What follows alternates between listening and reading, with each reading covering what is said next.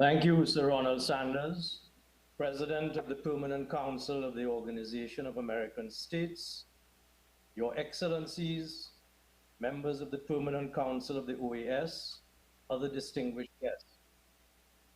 As Attorney General and Minister of Legal Affairs, and on behalf of the Government of Trinidad and Tobago, I am privileged to speak today to share with you all our concerns on the challenges of guns, gangs, and violence in our region, to share the firm resolve and recommendations of my government for a conjoined regional fight to overcome this challenge.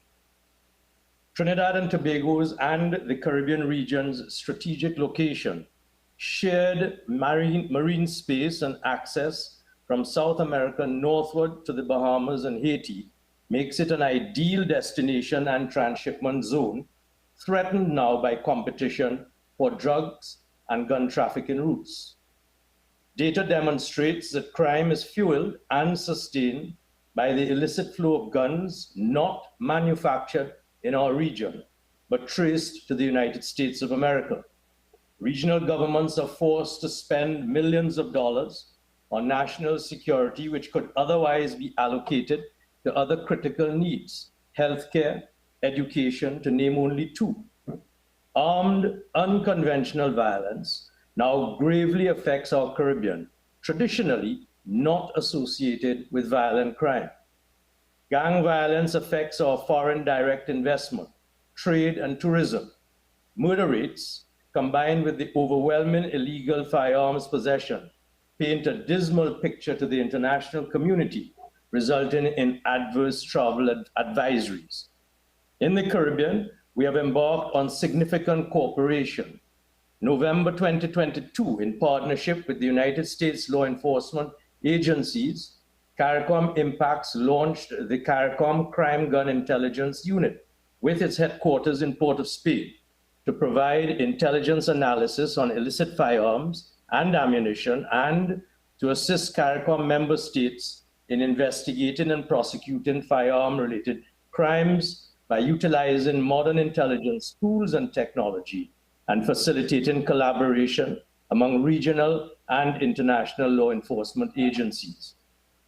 Further, there exists bilateral mutual legal assistance and extradition treaty and related schemes between Trinidad and Tobago and OAS member states.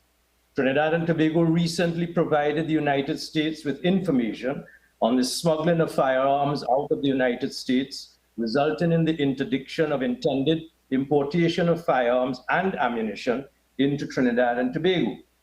We must continue to build on these efforts. We are addressing a shared challenge which requires a conjoined approach. Why? The problem of firearms and gang-related activities exists across the hemisphere of the Americas. In Jamaica, approximately 70% of the violence is related to criminal organizations. Despite that, government's drastic measures to combat gangs by the implementation of gang suppression laws, states of emergency, repeated military and police operations, and the arrest of 149 gang leaders, these gangs continue to evolve, new leaders, and a ready supply of illicit firearms originating from the United States. In Trinidad and Tobago, the combination of firearms and the fragmentation of competing gangs has increased the murder rate, with 614 homicides recorded in 2022. The Caribbean community continues to explore the need for regional law enforcement cooperation.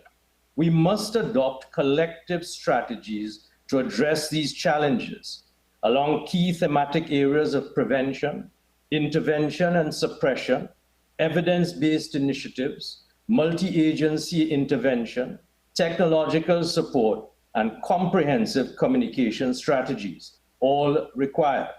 We must commit to open, constructive dialogue aimed at formulating and implementing unified strategies. By pooling our resources, expertise, and experience, we can develop comprehensive solutions that not only target the symptoms, but also address the root causes of gang violence. Our recent efforts include March 2023, We agreed to a request of the United States, Mexican states as amicus curiae to join the civil lawsuit brought by the government of Mexico against private companies to reduce the illicit flow of guns into our region. April 2023, Trinidad and Tobago hosted the CARICOM Regional Symposium to address crime and violence as a public health issue. The Caribbean region declared itself alarmed by the epidemic of crime and violence in our region, fueled by illegal guns and organized criminal gangs as a threat to our democracy and the stability of our societies. We declared a war on guns as the new drug, forcing us to commit a disproportionate share of our national budgets to address crime, violence, and national security, as well as the mental and other health-related challenges that directly result from the illegal exportation of guns. We call on the United States of America to join the Caribbean in this war on guns. Among other measures, member states agreed to the full implementation of the CARICOM Arrest Warrant Treaty, a system of arrest and surrender of requested persons for the purposes of conducting prosecutions and executing custodial sentences. This is a work in progress between my office and the Office of the Attorney General of Barbados. July 2023, at the 45th regular meeting of the heads of government of CARICOM held in Trinidad and Tobago, CARICOM's influence and action on critical issues such as illicit trafficking in narcotics, drugs, and small arms was noted. CARICOM expressed its solidarity with and the need to strengthen security in Haiti.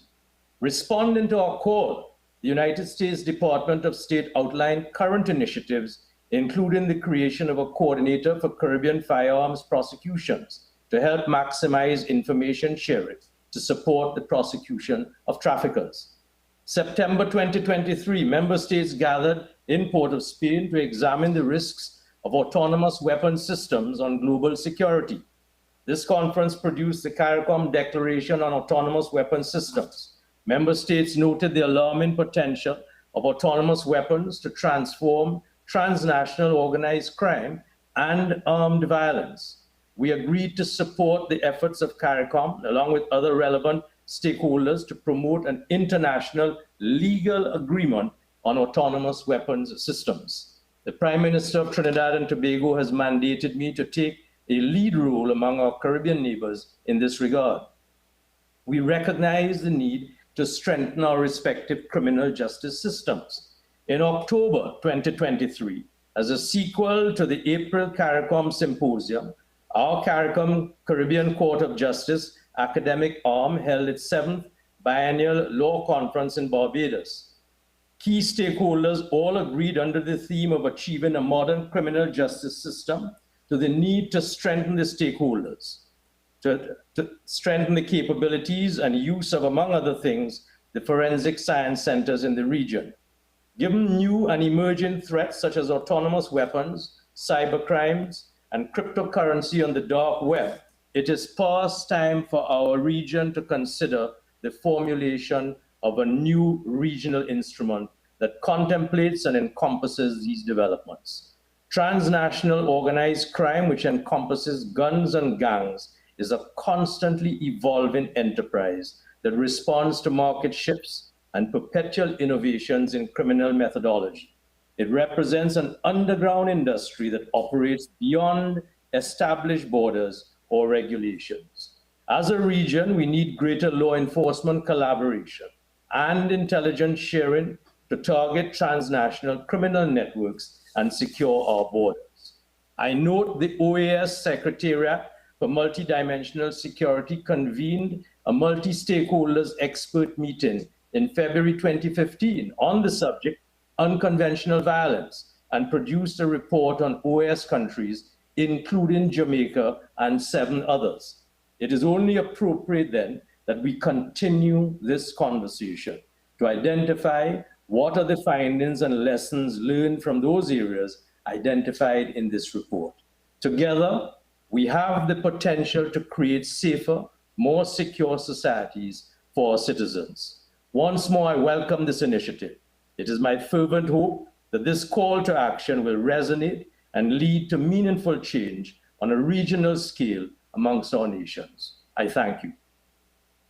Thank you very much, the Honourable Attorney General of Trinidad and Tobago.